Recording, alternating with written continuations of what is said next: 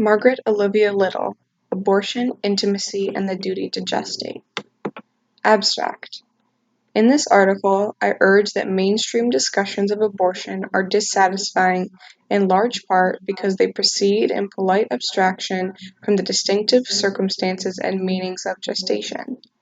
Such discussions, in fact, apply to abortion conceptual tools that were designed on the premises that people are physically demarcated, even as gestation is marked by thoroughgoing intertwinement. We cannot fully appreciate what is normatively at stake with legally forcing continued gestation, or again how to discuss moral responsibilities to continue gestating until we appreciate in their own terms the goods and evils distinctive of gestational connection.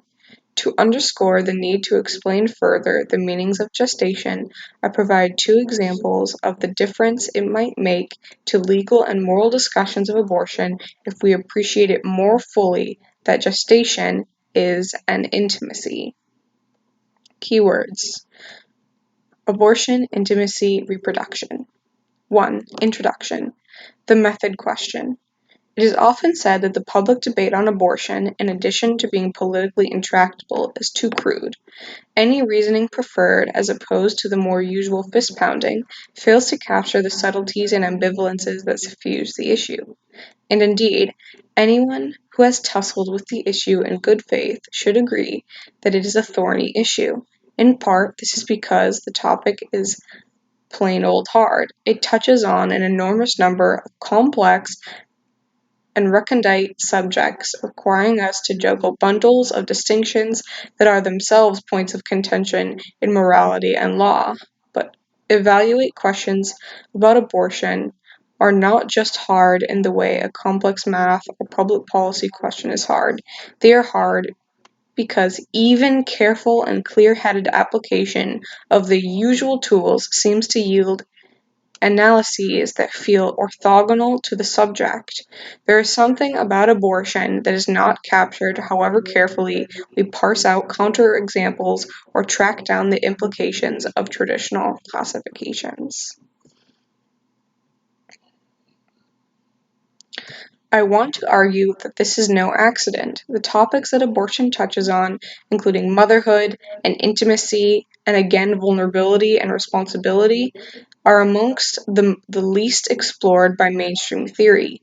Most profoundly of all, abortion is about a kind of interconnection that our inherited theories are particularly ill-suited to address. Under mainstream political theory, it turns out, the very notion of a person is something physically separate from others, as Robin West points out. Central to the political and legal theory we inherit is the view that what a person is someone physically demarcated from another. When Locke and Hobbes discuss persons, or when modern-day battles rage between libertarians and communitarians, the discussions almost always concern sort of beings who are agreed to be distinct individuals first, and then form relationships, and who, even then, lead separate lives. Political and moral theories were developed to deal with this sort of person, with the experiences paradigmatic for this sort of person, for the goods and evils, joys and fears that structure a life as lived by this sort of person.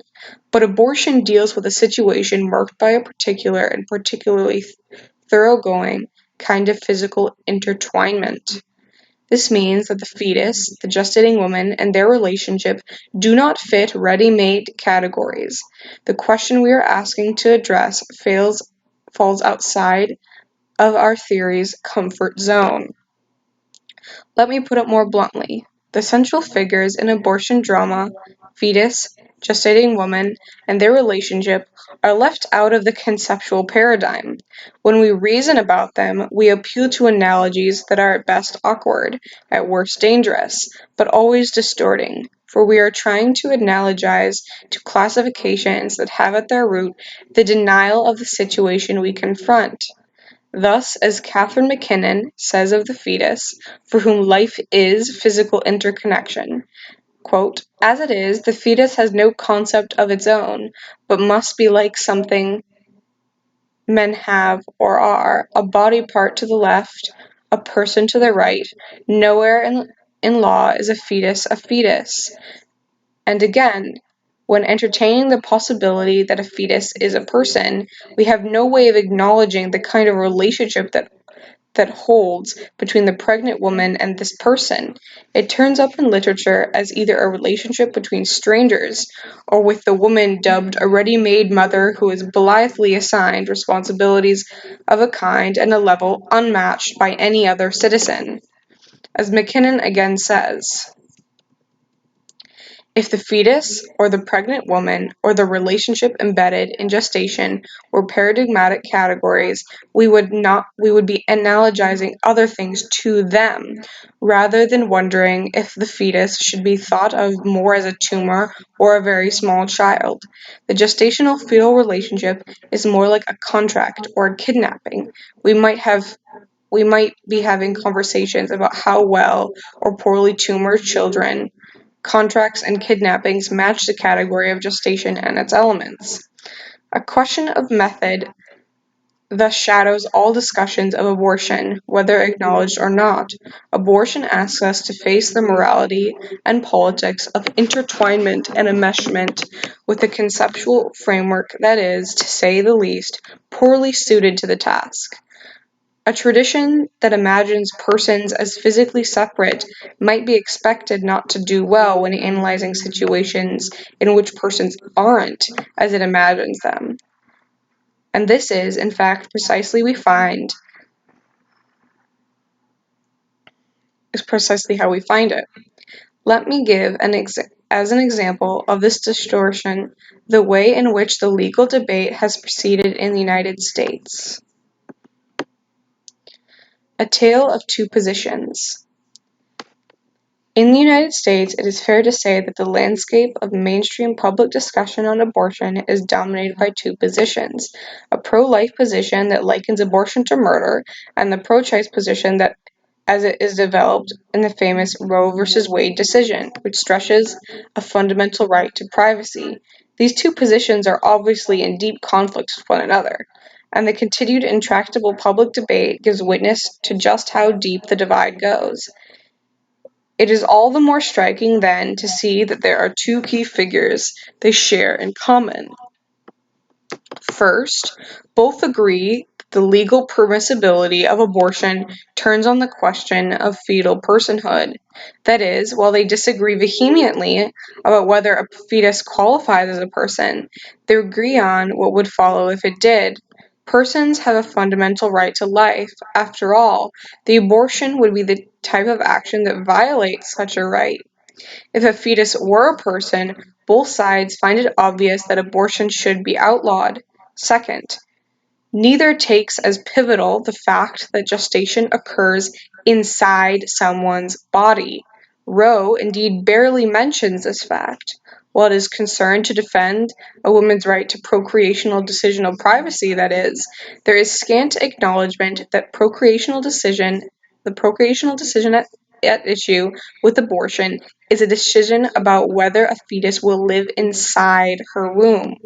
The pro-life position, in its turn, is simply unimpressed with the relevance of this fact to the legal permissibility of abortion. If women's interests are mentioned, they are mentioned as something that cannot counter the fetus's claims, and pro-life treatments fail to mention that pregnancy involves women at all. Reading some articles, the fetus might as well be a stranger attacked on the street or subsisting ex utero in a lab. I mention this last feature not to cast aspersions of misogyny. I mention it instead to highlight a point of logic, a logic that is shared by both camps.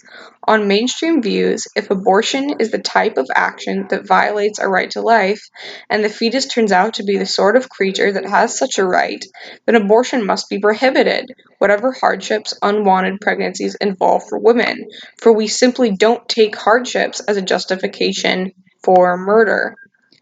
Let me be more specific. The abortion debate is often described as a clash that requires us to quote-unquote weigh the competing rights held by fetuses and women. But the weighing metaphor is a distortion of how most tacitly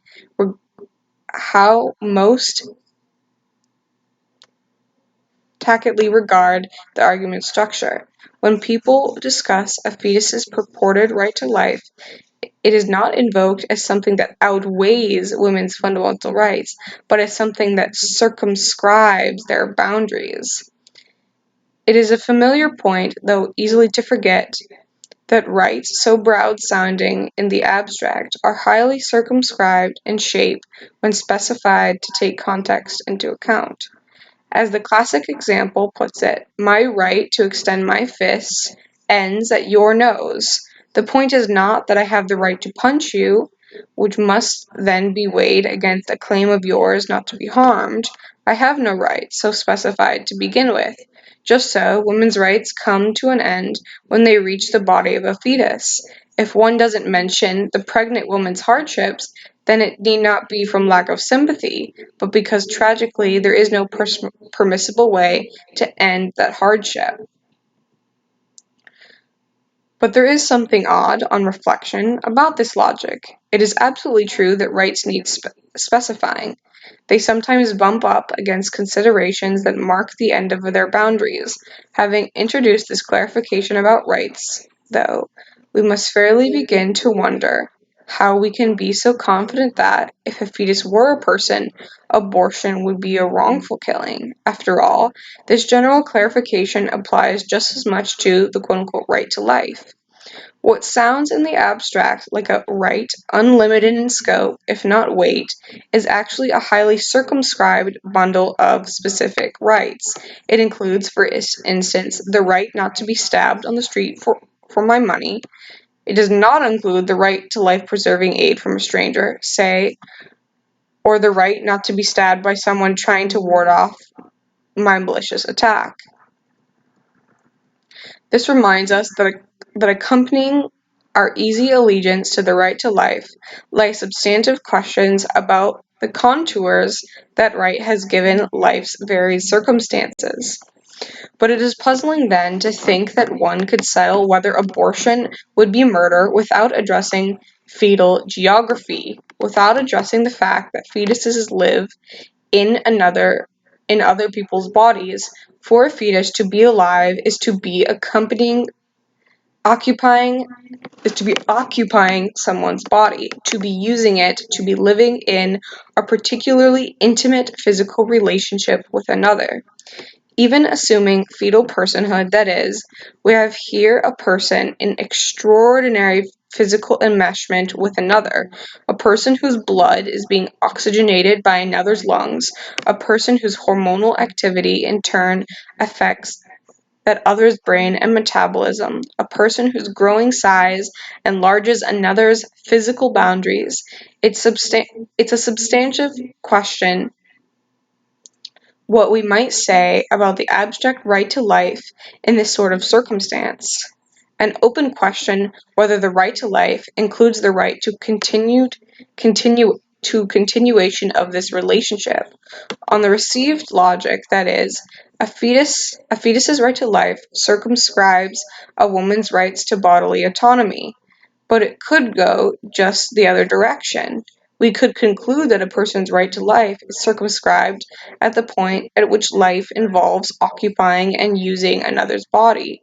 We could conclude that a woman's right to bodily autonomy ends when her decisions reach the body of the fetus. Alternatively, we could say that the fetus's right to life ends when it relies inextricably on hers. In wondering whether abortion is murder, then, the issue is not just a matter of deciding whether or when the fetus is a person, it is a matter of determining the contours of the right to life in the rather distinctive circumstance of being gestated. It asks us how we should classify the action of ending a pregnancy. That there is no neutral terminology here is precisely the point. We are encouraged by mainstream pro-life and pro-choice views to miss this question. It turns out, that is, that the two features I isolated above as ground ground of these mainstream positions are deeply related. In not highlighting the fact that gestation happens inside of bodies, we can end up thinking of fetuses not just as persons, but as persons atomistically situated, as physically individuated and separate, as though the bundle of specified rights at issue for the fetus is the same exact bundle we commonly face walking down the street in everyday life. This is, of course, precisely what we might expect given the background assumptions of our traditional political theory. Of course, even if we decide that abortion isn't best construed as a violation of the right to life, the law might still have reasons for wanting to prohibit it, and ethics a basis for protesting it. Indeed, to my way of thinking, the most interesting sources of concern about abortion would still remain. These are concerns grounded in the idea that the woman who aborts is not so much violating the fetus's right to life as she is renegating on positive responsibilities she has towards the fetus, either as a general of general decency or in virtue of some special maternal relationship. The really interesting question about abortion, I think, are questions about whether or when one has a duty to continue gestating when one finds oneself pregnant. But while this question is more interesting, it must also be handled with care. If we are to assess the positive responsibility to gestate, we must assess it in full appreciation of the fact that gestation is an intimacy. Let me explore the difference this appreciation might make to our views about the moral and legal status of abortion, beginning with the legal question. Intimacy without consent. What harm is visited, what burden is imposed, when the state forces someone to continue gestating? If we read the standard literature, we'll find, of course, that some forget to mention any burdens, but many do, some in passing and some in great detail. The preoccupation of most, almost without exception, is the physical and medical risks that pregnancy and childbirth can present on women. Usually, what follows thereupon is a list of possible effects from a medical textbook in which somehow swollen ankles seems always to stand out as most memorable. Now, not to put too fine a point on it, these considerations are a really big deal, for the risks aren't, of course, just swollen ankles, and the neutral language and obstetrics,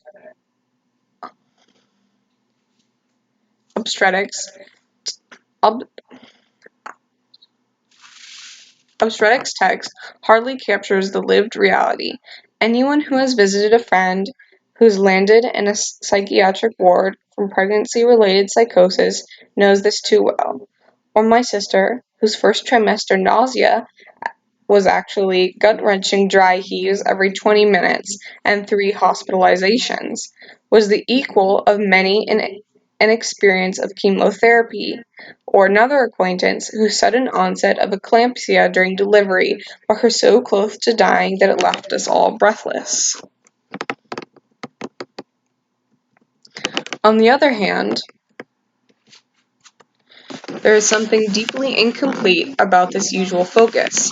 If one talks to women facing unwanted pregnancy, medical risks are almost always the least of their concern. Whatever their worries, they are rarely ones captured by the language of biology. This analysis, moreover, leaves us wondering about the status of medically uncomplicated pregnancies, like my own, which went so smoothly, I felt so good, I remember thinking I could do it for a living. If we could somehow know in advance that a pregnancy would proceed smoothly, there is nothing as yet on the table to give us reason to pause, much less forbear from mandating it. Next in line for those trying to articulate the burden of forced gestation are those who remind us of the social costs unwanted pregnancy can impose. Here the issues are presented in the language, not of biology but of politics, with discussion of gender, power, and injustice. Again, these issues are no small matter. The problems here can be far more than extra difficulty in being taken seriously at work. But again, while deeply important, these concerns are incomplete, at least of what we find in a woman's stories when abortion is not available has to do not just with the very real social impediments to employment, reputation, or safety, but with the distinct meanings of gestation and motherhood. Let me focus on the former, what it means to be pregnant. To be pregnant is to be inhabited, it is to be occupied, it is to be in a state of physical intimacy of a particularly thoroughgoing nature. The fetus intrudes on the body massively. Whatever medical risks one faces or avoids, the brute fact remains that the fetus shifts and alters the very physical boundaries of the woman's self. To mandate continuation of gestation is, quite simply, to force continuation of such occupation. To mandate that the woman remain pregnant is to mandate that she remain in a state of physical intertwinement against her consent. The fetus, of course, is innocent of malintent, indeed, of any intent. But the complaint here is not with the fetus, it is with the state. The complaint is with the idea of forcing a woman to be in a state of physical intimacy with and occupation by this unwitting entity, for unwitting or not, it still intertwines and intrudes on her body, and whatever the state's beneficent motives for protecting the interests of the fetus, it matters that the method used for that protection involves forcing others to have another entity live inside them.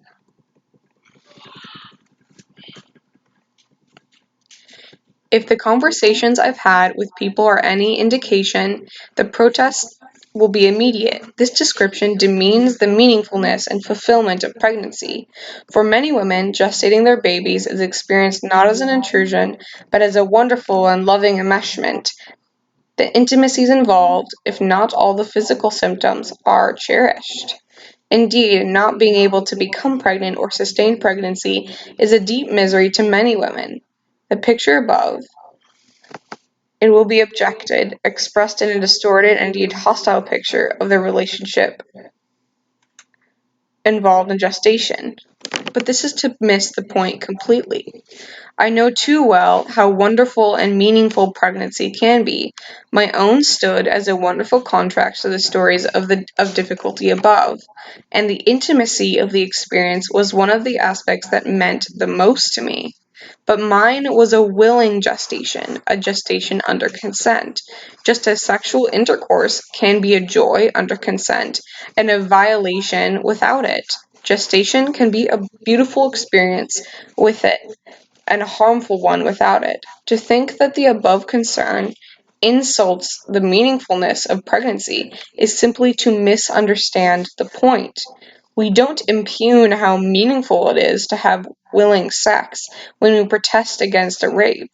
The fact, the fact that sexual intercourse can be wonderful doesn't mean that we think it appropriate for the state to conscript people into serving as prostitutes. Or, as Andrew Koppelman puts it, plantation slavery obviously cannot be justified on the grounds that many people find gardening deeply satisfying, but the objection is really no better than that. For consent determines valence on matters of physical integrity.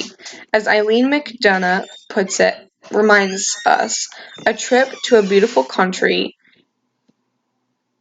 turns into a kidnapping, a surgery into an assault, when they are done against one's consent. With pregnancy, of course, matters are especially loaded because it taps on expectations of motherhood. Women are supposed to want this sort of enmeshment, but this is just to point out the ideal, if it is one. Whatever she is supposed to want, the point remains, it's what she actually wants and agrees to that determines the status of the enmeshment. It can be a wonderful intermingling. It can also be an invasive occupation in which the self feels subsumed. Mandating gestation against a woman's consent is itself a harm, a liberty harm, even in medically uncomplicated pregnancies, even when one's ankles remain thin and one's hair turns luxurious, even in a society in which pregnancy is not a marker for subordination. However, joyful pregnancy under consent may be yearned for or tolerated as a means to an end you endorse. Gestation mandated against consent is itself a harm. Of course, many who have sympathies for this point when contemplating pregnancies resulting from rape or incest have far less sympathy when it comes to cases in which the woman is jointly responsible for conception. I'm constantly surprised at how quickly people conclude that liberty concerns with mandating gestation evaporate when pregnancy results from voluntary intercourse. It's just false that consent to sex means consent to gestate. If I consent to sexual intercourse and I'm informed of the risk of impregnation, my partner hasn't claimed a phantom vasectomy, say, we can say that I consent to sexual intercourse knowing the risk of impregnation. But this doesn't mean I then consent to gestate and should become pregnant. For one thing, it's the wrong party. To consent to a man for him to have sexual intercourse with me doesn't mean I consent to a fetus for it to occupy my body. As McDonough puts it, consent doesn't travel across parties like that. Moreover, it confuses the assumption of risk with commitment about what one will do if the risk is realized. To assume the risk of impregnation is not the same as consenting to gestate, rather than abort if I do become pregnant, any more than assuming the risk of lung cancer by smoking means I consent to surgery rather than palliative care should I get the disease.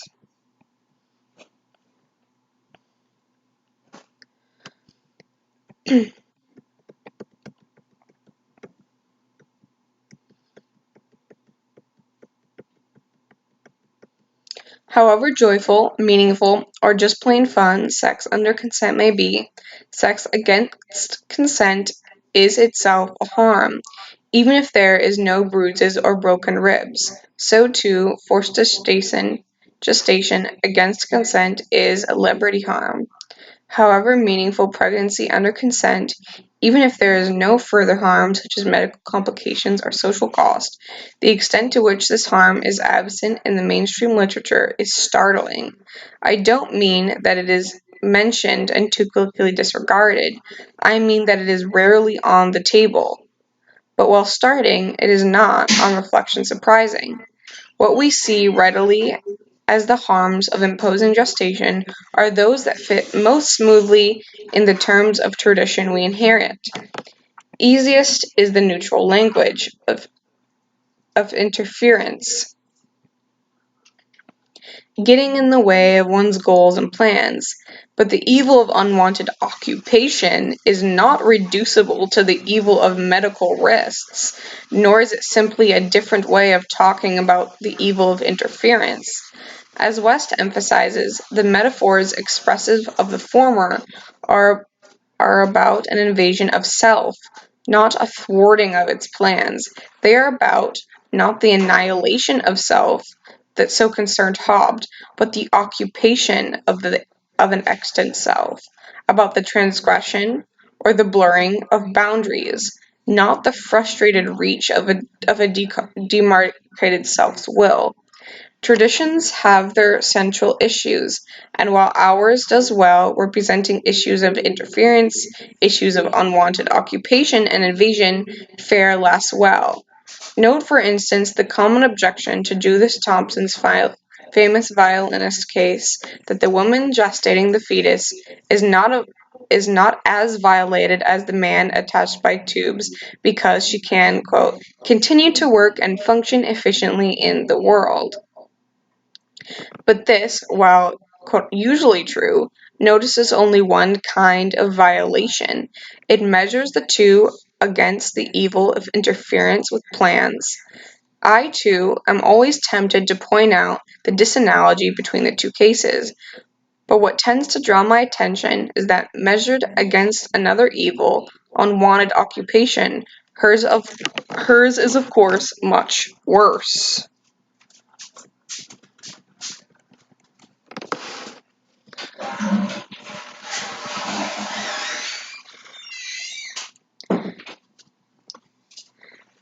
The matter for morality and intimate duties. The matter of lived urgency to so many women, of course, is not so much whether they should have a legal right to abort, but whether and when it is moral to exercise that right. In my experience, mainstream discussions of this question are disturbingly off base. To be asked to gestate is to be asked to share one's very body and likely by the end one's heart. To gestate is to be engaged in an intimacy of deep proportions. The ethical issues salient to questions of intimate actions, though, have been almost universally ignored in traditional philosophy. A good example can be found in discussions that urge gestation under the rubric of beneficence. It is certainly true that there can be profoundly strong reasons of beneficence to gestate a fetus, reasons that can be acute even before one thinks a fetus is a person. But the literature discussing the point has a curiously abstract quality to it. It isn't just that many possible countervailing reasons for declining this quote opportunity to assist are similarly dispensed with reminders that the duty is merely prima facie. It's that the qualitative differences between gestating and giving money to Oxfam, say, or again between gestation and solidary heroism are ignored. There are special facets to a decision about charity when the beneficence is a matter of sharing one's body, heart, and soul inside themselves, not just one's pocketbook or general energies, when the sacrifice contemplated is measured not in degrees of risk, but in degrees of intertwinement. Illumination of these facets will not be found in discussions of volunteering at homeless shelters or falling on grenades and foxholes. If anything, we need examples from, say, sexual ethics or the morality of foster care. What we need in thinking about abortion is a moral approach that does justice to ethics of intimacy. What we have is a moral approach that rarely uses the word. Let me explore the issue by focusing on what is one of the strongest, if usually tacit concerns about the morality of abortion. If truth be known, many reservations about the permissibility of abortion are grounded in the idea of what mothers owe their children. For many people, moral questions about abortion are, if you like, a species of ethics of parenthood. If this is true, then we need an adequate ethics of parenthood. We need to understand what makes someone a parent in a thickly normative sense, and the contours of the responsibility really are. I want to argue that parenthood can have different layers: biological, legal, and also personal relationship, and that, crucially, different moral responsibilities attach to different layers.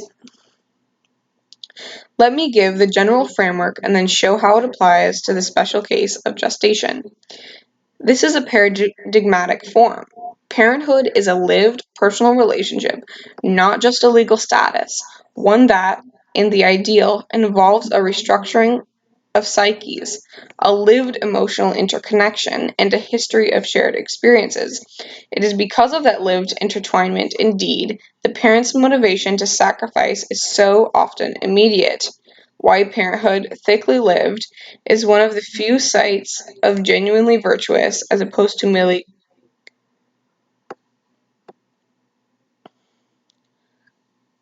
continent action. But it is also because of the lived intertwinement that the child has legitimate expectations of enormous sacrifice, and why failure to provide such assistance would, absent unusual circumstances, be so problematic. It becomes a betrayal of the relationship itself. Thus imagine that a child needs a kidney and the father is the only good match for the transplant. When we think of this case in abstract, we think first, of course, of the father's clear responsibility to donate the kidney. It's an action, indeed, that most parents would find unthinkable not to do. But contrast our institutions about two particular fathers. A man who is the child's lived social father, whether or not he has a biological connection as well, who has a history, a life, a relationship with the child, and a man whose sperm was used in the child's conception. Unwittingly, it was stolen, or blithely, a casual one night stand. Or compare again our intuition if the man is genetically related, has acknowledged the child, and maintains regular but infrequent contacts. What sort of legitimate claims or expectations does the child take to each of these men? Whatever the details, we surely agree that the social father, in li- the one in lived relationship with the child, would need reasons altogether more compelling to decline the use of his body than would a man whose sperm had been stolen, or even a genetic progenitor in casual but caring contact. This is not to say that all the responsibilities of parenthood are functions of personal relationship, far from it. Parenthood is full of weighty deontological obligations that persist whether the tone of lived relationship or lack thereof. Examples range from paternity support to injunctions to seek out support from the state when one's own resources come to an end. But some responsibilities, I want to suggest, are functions, not of the social or legal status of parenthood, not of root biological connection, but of lived and personal relationship that so often accompany them, and that responsibilities to share one's very body, like responsibilities of the heart, are paradigmatic of those that are relationship based. This isn't, though, the end of the story. In ethics, if we notice relationships at all, we tend to focus on questions about what morally flows from or governs relationships once they have been entered. But there is another layer to the ethics of relationships. Considerations surrounding whether one ought to enter or be open to entering a relationship, and again, when it's permissible to exit. There are some very there are some very general virtues at the level of entering. It is a sign of good character to be appropriately open to new relationships. A mild requirement, to be sure, given that one can be open but decline because, as it were, one's dance card is full. But there is also very important considerations that turn on who comes knocking on one's door. Some people arrive with a claim to my openness. They have a prior connection that serves, as it were, as a substrate to the fuller one. When a faculty member faces a request that she serve as a dissertation mentor, it morally matters who the student is, a member of the department or an outsider, someone who works in her area of specialization, etc. One needs weightier reasons to decline depending on which student is doing the asking. So too, the personal rather than formal relationships. If a stranger asks me for a date, I need no reason at all legitimately to decline. But if my cousin, lonely and new to town, seeks my friendship, I owe him an openness to that possibility. I say an openness to the relationship because personal relationships are partly constituted by emotions and interconnections of psyche. The claim that someone presents thus cannot be a direct claim that I enter the relationship fully formed, but a claim that I be open to those connections, to interactions, say, that would lead to their development. None of this is to say I must pursue the relationship or interactions. There are all sorts of legitimate reasons for declining, including crucially how much space I have in my life. The point is that I need better reasons for legitimately declining when it is my cousin rather than a random stranger. If biology per se carries any relevance, I want to argue it is at this level. The biological connections definitive of what we might call thin parenthood count as a substrate of parenthood thickly understood, of parenthood as a personal relationship. They provide children with a moral claim that the person so related be open toward developing a deeper relationship. What further connection is desired by the child is, of course, far from monolithic. Mere acknowledgement, active presence in one's life, nothing at all. And setting what type of expectation is appropriate is a notoriously difficult question. Leaning on our rather indicate intuitions about the meanings of biology and kinship. At the at the point isn't that one And the point isn't that one must pursue the relationship, but one must be open to doing so. There will certainly be cases in which a person biologically related to a child may legitimately decline to pursue any further relationship. My point is only that if biology is morally salient, it is salient as a claim toward toward a further relationship. Our intuitions on the subject are often intuitions about the moral legitimacy of yearning for personal relationship with those of biological connection. The sense of betrayal if the reasons for declining are too casual or callous. There are, then, moral claims that flow from extant personal relationships, and also moral claims about being open to entering such relationships. My suspicion is that some of our passions about the morality of abortion stem from our tendency to confuse the two. We tend to conflate the claims one faces to enter a relationship with the claims that one would face if one were within it. One who declines to enter a relationship, even for bad reasons, does not owe what would have owed if he had entered it. Responsibilities that attach to personal relationships attach to the relationship themselves.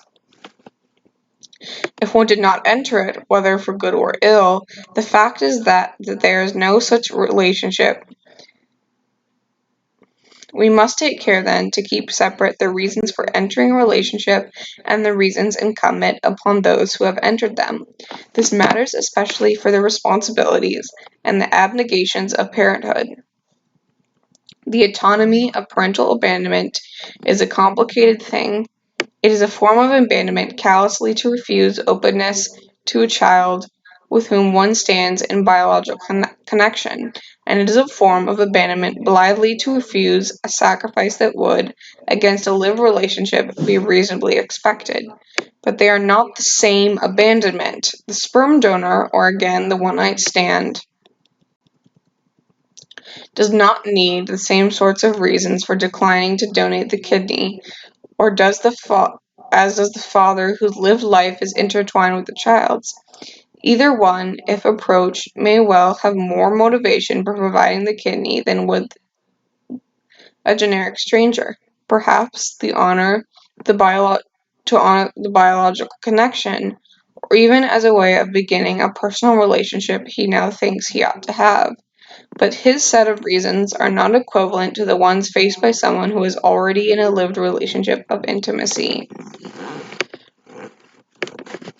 Let me now apply this general framework to gestation. Gestation, I've claimed, is an intimacy of the first order. It is even more intimate than donating an organ, for it involves an intertwinement and ongoing occupation. This means, on the above approach, that a responsibility to gestate does not arise merely from the fact of being in biological relationship with the fetus. Pregnant women do not have an automatic, role-based moral duty to gestate. But this doesn't mean that pregnancy is not a moral moment. For one thing, just as there are mild virtues of openness and responsibility, it is a general virtue to be welcoming of germinating human life that comes one's way, a virtue that is perfectly consistent with using birth control. One may try one's best to avoid guests and yet think it a virtue to welcome them if they show up on your doorstep. More importantly, the biological substrate of being connected to the child or future child in one's belly grounds a special claim to openness to further relationship. What this virtue demands depends on context. In particular, like the virtue of welcome, what the virtue of openness asks us depends on what space, material, psychic, emotional, we have in our lives. A theme deeply embedded in how women talk of the decision of whether or not to abort. One may have good reason to dig deep and open the door. One may have good reasons to decline if there is little room at the table.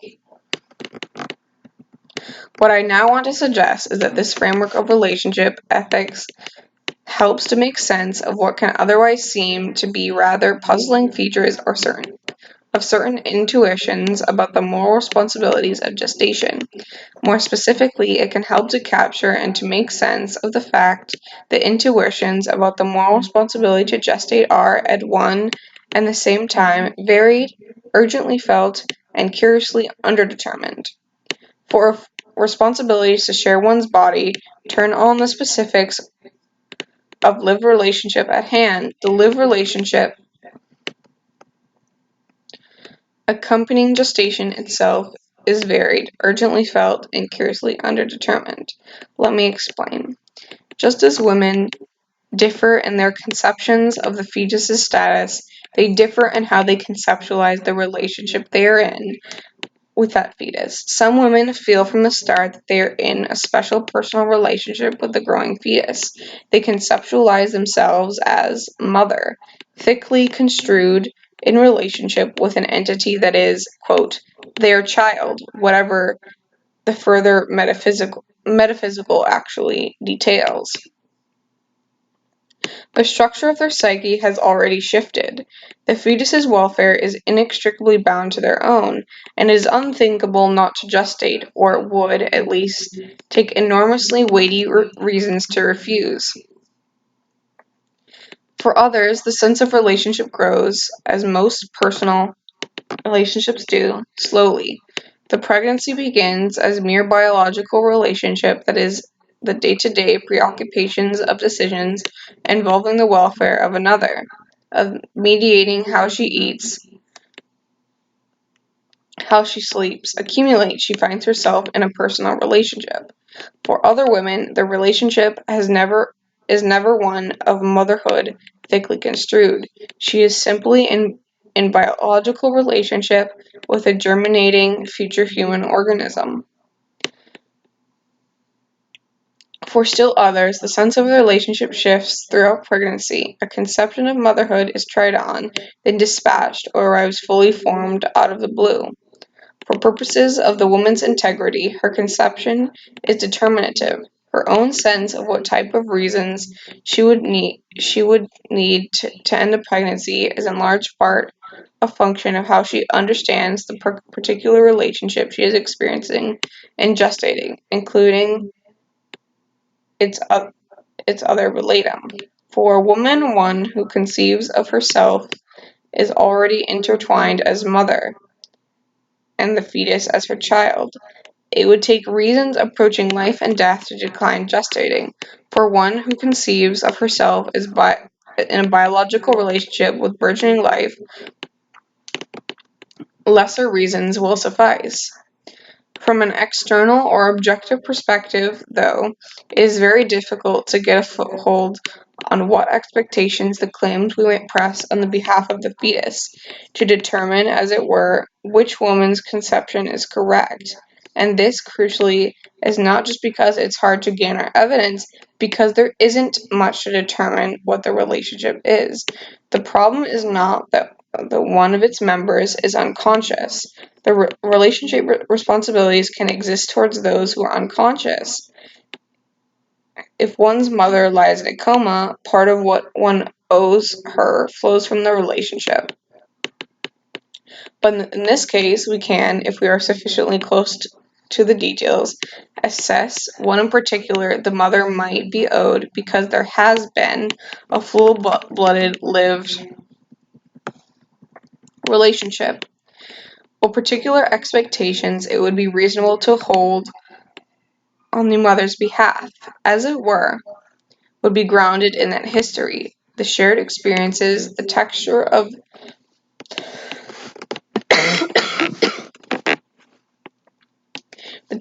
the emotional connections, and the parties' subjective conceptions that filled in and defined the relationship. With gestation, though, it is hard to determine what reasonable expectations we might press on behalf of the fetus, and this is because there simply is little to the relationship, as a relationship, other than the biological substrate and the woman's experience and conception of it. Now mentioning the woman's conception of pregnancy and fetus makes many people nervous, and it can sound as though we are ceding far too much power to her subjective experience, as do some crude conventionalists, according to whom the woman's view of the fetus determines its metaphysical and normative status. But the claim here is not that the woman's assessment of pregnancy determines the fetus's status and hence gives her some absolute dominion, as though she could permissibly torture a fetus if only she regards it as an object, any more than the parent's sense of their relationship with a newborn determines whether they may smother it. The point here is a specific and contained one. Not everything about one's moral duties to fetuses or again to newborns trades on personal relationship. There are all sorts of duties that have nothing to do with those particulars, but some responsibilities, including, I've urged, responsibilities of gestation, do. The only claim about the woman's conception is that it's the only thing we have, other than mere biology, to tell us whether there is a personal relationship extant and what its textures are like. We may say that her conception is largely determinative of what the relationship is, and that her moral responsibilities follow its suit. Or better, I think, we may simply say that there is too little going on for there to be a fact of the matter about what responsibilities are objectively owed. This analysis captures a sort of moral catch-22 that seems to me accurate to the experience and the morality of gestation. I have said that the ethics of relationships encompasses more than the moral expectations that flow from extant relationship. It includes considerations about when one ought to enter or be open to entering relationships. I pointed out that with personal relationships, such claims are not claims to the relationship itself, but claims to the other be open to the relationship, open to taking measures and activities that leave its development possible. But with the fetus, of course, what you would need to do to leave open the possibility of developing a personal relationship is precisely what you have no special responsibility to provide until you have entered the relationship. The use and occupation of your body by its biological connection. The fetus has a claim to the woman's openness toward a thicker relationship, but until such a thicker relationship exists, it has no strong claim to the intimacy involved in bodily gestation. One of the most common reasons women seek abortions is that they do not have room in their life just then to be a mother, but they know if they continue the pregnancy, they will not be able to give up the child. What has seemed paradoxical and indeed ethically confused to many strikes me as a perfectly sensible and often wise appreciation of the different moral contours involved in entering, existing in, and existing relationships. One may decline to enter a relationship that, once extant, changes the contours of your psyche such that you couldn't leave it, and one may have reasons morally adequate to declining a relationship that would not be adequate to refusing the sacrifices legitimately expected of those already in it.